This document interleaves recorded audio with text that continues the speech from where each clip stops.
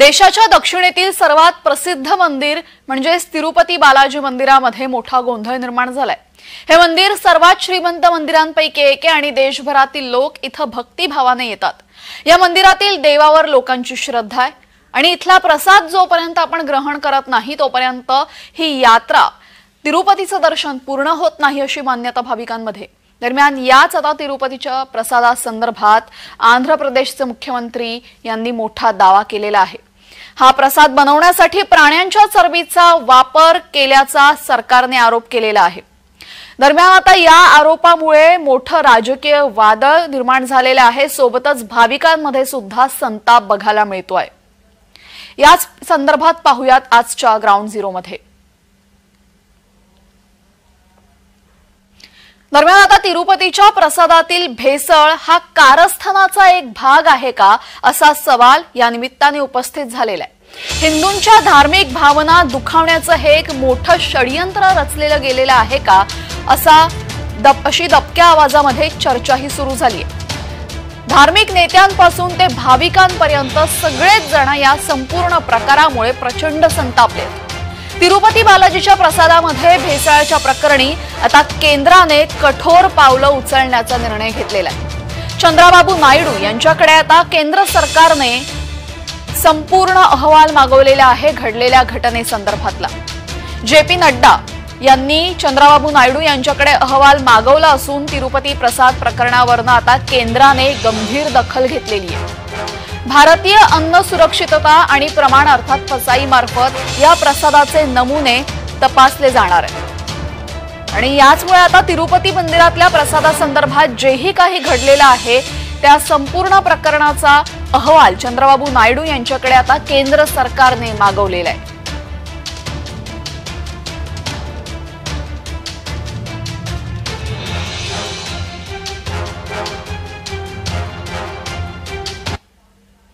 तर जगनमोहन रेड्डी सरकारने तिरुपती बालाजीच्या प्रसादामध्ये भेसळ केली। नुसती भेसळ नाही तर त्यामध्ये त्यांनी प्राण्यांची चरबी मिसळली असा अहवाल सांगतोय।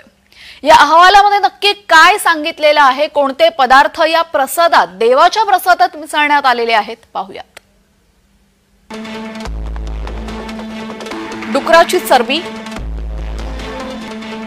माशाचं तेल आणि गोमांसाची चरबी याचा वापर बालाजीच्या प्रसादामध्ये करण्यात आलेला आहे। तुपाऐवजी या सर्व घटकांचा वापर करण्यात आलाय।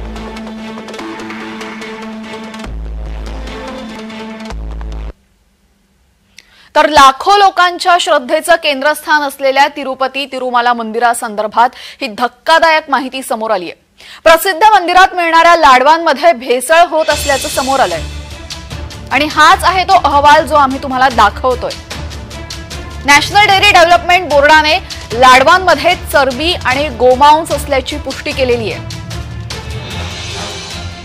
राष्ट्रीय दुग्ध विकास मंडळाच्या अहवालामध्ये हा खळबळजनक खुलासा करण्यात आलेला आहे। आपल्याला स्क्रीनच्या एका बाजूला जो अहवाल दिसतो आहे त्या अहवालामध्ये हेच सांगण्यात आलेलं आहे।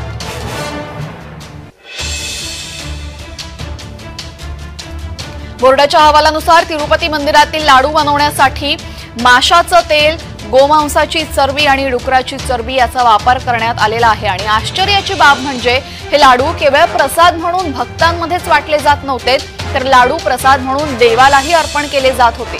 त्यामुळे हिंदूंच्या भावनांशी जाणून बुजून कोणीतरी खोड काढलेली आहे का, चेष्टा केलेली आहे का, हा धर्मांतराचा काही प्रकार आहे का, हे सगळे प्रश्न या निमित्ताने उपस्थित होतात आणि हे मोठं षडयंत्र असल्याचा संशय सुद्धा आता येऊ लागलेला आहे। तिरुपती मंदिरातील लाडू आणि अन्नदानमच्या नमुन्यांच्या तपासणीमध्ये नॅशनल डेअरी डेव्हलपमेंट बोर्डाच्या अहवालामध्ये हे खळबळजनक खुलासे झाले। तर दुसरीकडे तिरुपती मंदिरामध्ये प्रसाद म्हणून दिल्या जाणाऱ्या लाडवांवरनं आंध्र प्रदेशात आता राजकीय वादळ उठलेत। किंबहुना फक्त आंध्र प्रदेशात नाही तर संपूर्ण देशाने याची गंभीर दखल घेतलेली आहे। केंद्र सरकारनेही याची गंभीर दखल घेतलेली आहे। मुख्यमंत्री एन चंद्राबाबू नायडू यांनी वायएस जगनमोहन रेड्डी यांना चांगलंच कोंडीत पकडलेलं आहे। त्यांनी असा आरोप केला आहे की वायएसआरसीपी सरकारने तिरुमाला येथे तिरुपती लाडू प्रसादम तयार करण्यासाठी तुपाऐवजी प्राण्यांची चरबी वापरली आणि मुळात या अहवालामध्ये हेच स्पष्ट होत आहे।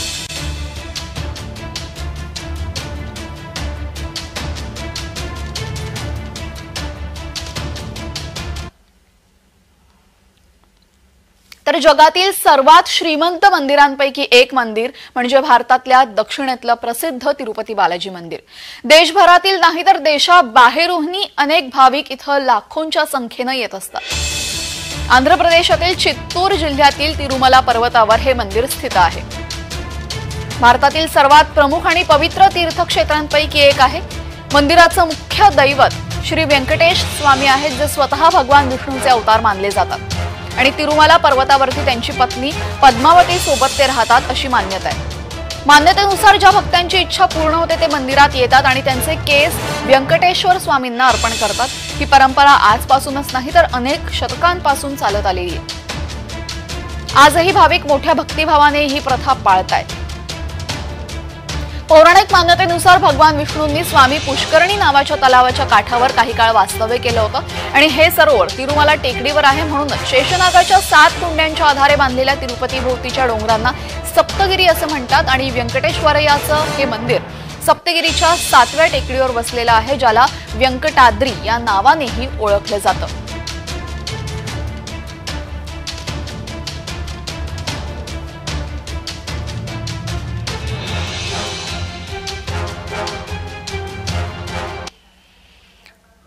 तर मंदिरातील पूजेनंतर भक्तांना प्रसाद दिला जातो, ज्यामध्ये प्रामुख्याने लाडवांचा समावेश आहे. हे लाडू भक्तांमध्ये वाटले जातात प्रसादाच्या स्वरूपात आणि आंध्र प्रदेश येथील व्यंकटेश्वर स्वामी मंदिर म्हणजेच तिरुपती बालाजी मंदिरमध्ये लाडू हे अतिशय लोकप्रिय आहेत. दररोज लोक पूजेनंतर प्रसाद म्हणून हे लाडू घेण्यासाठी रांगा लावतात.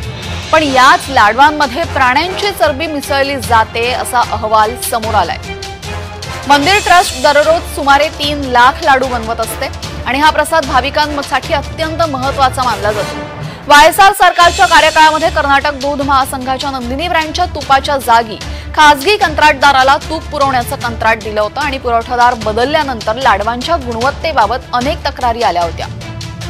त्यामुळे वायएसआर सरकारच्या कार्यकाळामध्ये लाडू बनवण्यासाठी वापरण्यात येणाऱ्या तुपामध्ये प्राण्यांची चरबी मिसळली जात असल्याचा अहवाल आता समोर येतोय आणि केंद्राने सुद्धा याची गंभीर दखल घेतली आहे.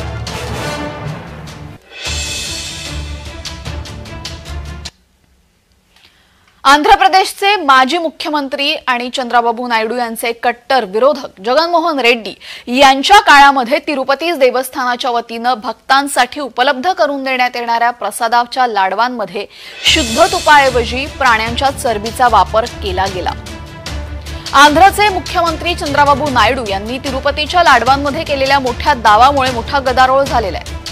तिरुमला तिरुपती देवस्थानमद्वारे चालवल्या जाणाऱ्या तिरुपती येथील श्री व्यंकटेश्वर मंदिरातील मागणीनुसार प्रसादाचे लाडू दिले जातात.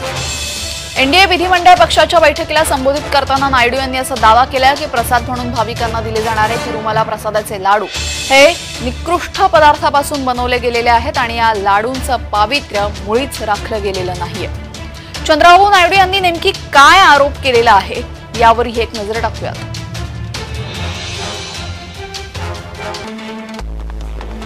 मागील 5 वर्षांमध्ये जेव्हा वायएसआर काँग्रेस पक्ष सत्तेत होता तेव्हा त्यांनी पवित्र मानल्या जाणाऱ्या तिरुमला तिरुपती देवस्थानमचं पावित्र्य घालवलं. अन्नदानम अर्थात जे अन्नदान मंदिरातर्फे केलं जातं त्याच्या दर्जाची पातळीही काँग्रेसच्या काळात खालवलेली होती. तिरुमला तिरुपती देवस्थान येथील लाडू हे पवित्र प्रसाद मानले जातात. या लाडवांमध्ये शुद्ध तुपाऐवजी प्राण्यांच्या चरबीचा वापर करण्यात आला. तर आम्ही शुद्ध तुपातील लाडू तयार करण्यास सुरुवात केली आहे. तसंच मंदिरातील जेवणाचा दर्जाही सुधारलाय.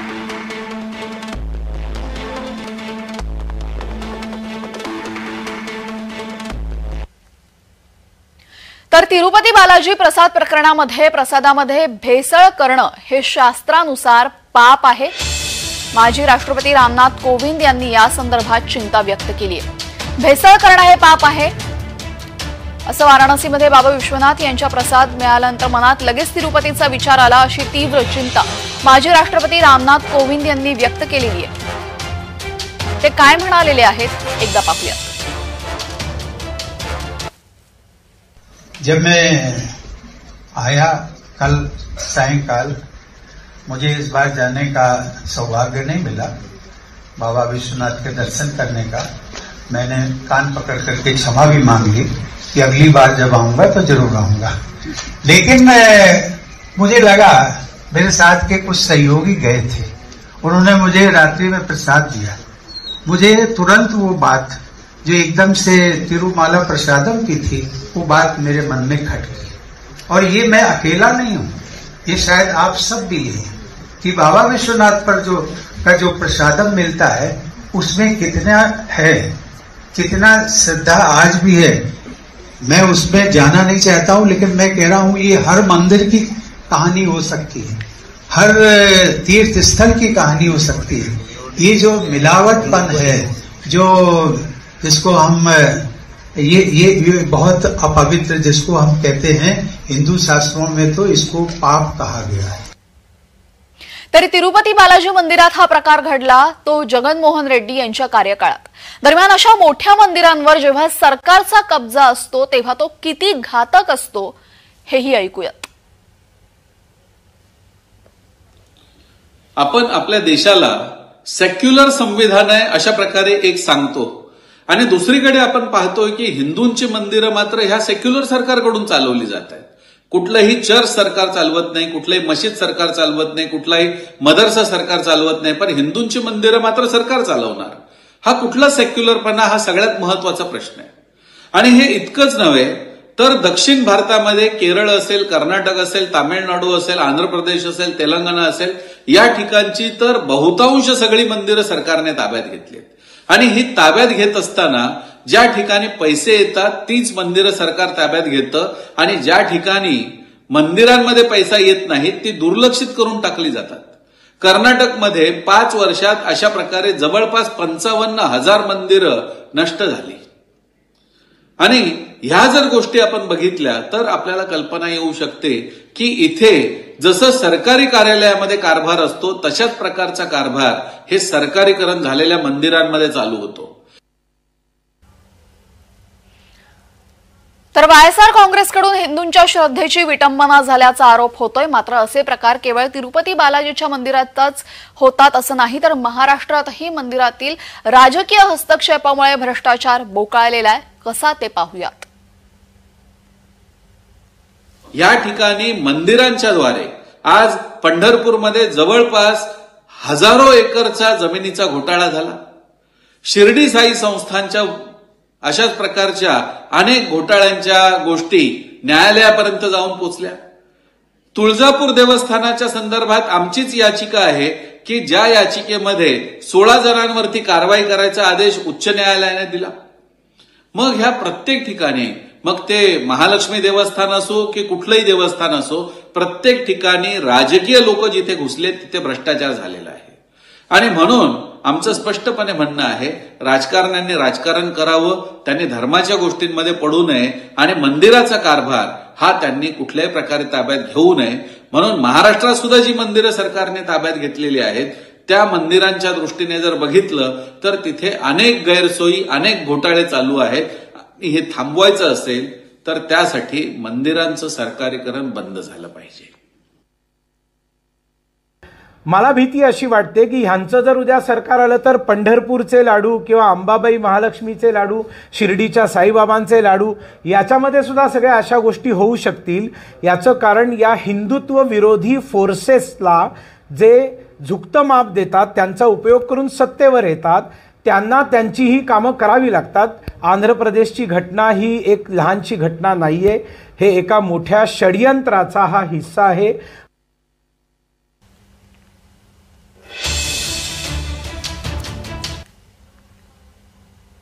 तर हिंदू धर्मामध्ये प्रसादाला विशेष महत्व आहे।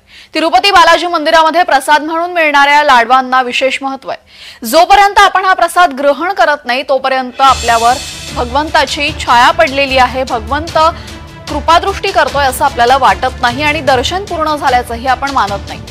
मात्र अशाच प्रसादामध्ये जर अशी काही भेसळ केली जात असेल तर हिंदूंच्या या भावनांचा नक्की कोण द्वेष करतंय, हिंदूंच्या भावनांची चेष्टा कोण करतंय, हिंदूंच्या भावनांसोबत खेळतंय कोण आणि कशासाठी, असे अनेक गंभीर प्रश्न या निमित्ताने उपस्थित होत आहेत। तिरुपती देवस्थानामध्ये घडलेल्या या प्रकाराची आता गंभीर दखल केंद्र सरकारने घेतलेली आहे। यावर चौकशी होणारच आहे सविस्तर। दोषींवरही कारवाई होणं अपेक्षित आहे, कारण की हा फक्त तिथला प्रश्न नाहीये, तर लाखो भाविकांच्या श्रद्धेचा प्रश्न आहे, हिंदू धर्माचा प्रश्न आहे।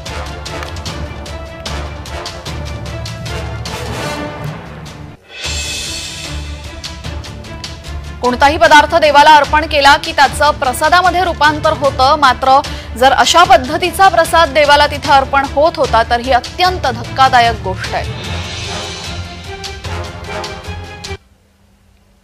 ग्राउंड झिरो मध्ये आणखीन एक विषय सविस्तर बघायचा आहे, पण त्याआधी घेऊयात छोटासा ब्रेक।